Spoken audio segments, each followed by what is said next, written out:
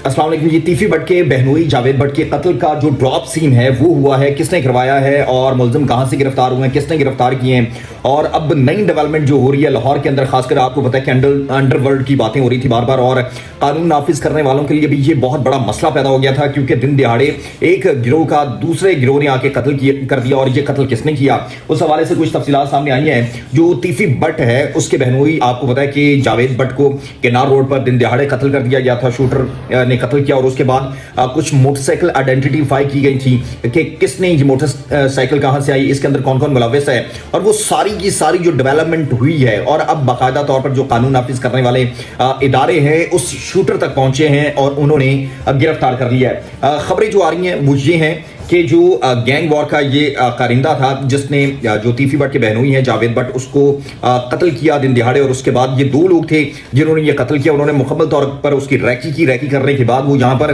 उन्होंने जब उनको कत्ल किया, कत्ल करने के बाद वो यहाँ से खैबर पख्तूनख्वा जो है वो रवाना हो गए।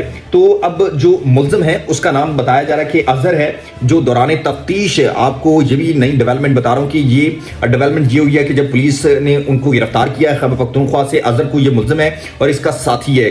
तो इनसे जो तफ्तीश की जा रही है इसके अंदर अहम और चश्म कुशा जो इंकशाफात हैं वो भी सामने आ रहे हैं। उनके मुताबिक ये है कि इसके पसे पुश्त अनासर का तयन भी किया जा रहा है और इसके अंदर कौन मुलव्विस है। जिस तरह मैंने पहले भी एक अपनी वीडियो में कहा था कि इसके अंदर बहुत कभी इम्कान है कि थर्ड पार्टी एंट्रेंस मारे और एंटर होके इस सारी टेंस सिचुएशन का फायदा उठाए। और क्योंकि आपको पता है कि टीपू ट्रका वाला का जब उसका कत्ल किया, उसके बेटे का कत्ल किया गया, उसको उसके बाद जारी सी बात है जो तीफी बट है उस पर इस सारे मामला का इल्जाम लगा। इल्जाम लगने के बाद अब जारी सी बात है जो लोग उनको चाहने वाले हैं, मोहब्बत करने वाले हैं, जानते हैं, समझते हैं, तो उनको ये था कि अब बदला लेंगे। तो इसी सारी सिचुएशन का फायदा उठाने के लिए तीसरे गैंग ने एंट्रेंस मारी है। लेकिन अब कानून नाफिज करने वालों ने जो अपनी जो है वो तफ्तीश शुरू कर दी है। जो अभी तक इब्तदाई मालूमात उससे हासिल हुई हैं उसके मुताबिक यह है कि उसने पहले मुकम्मल जो है वो रैकी की है।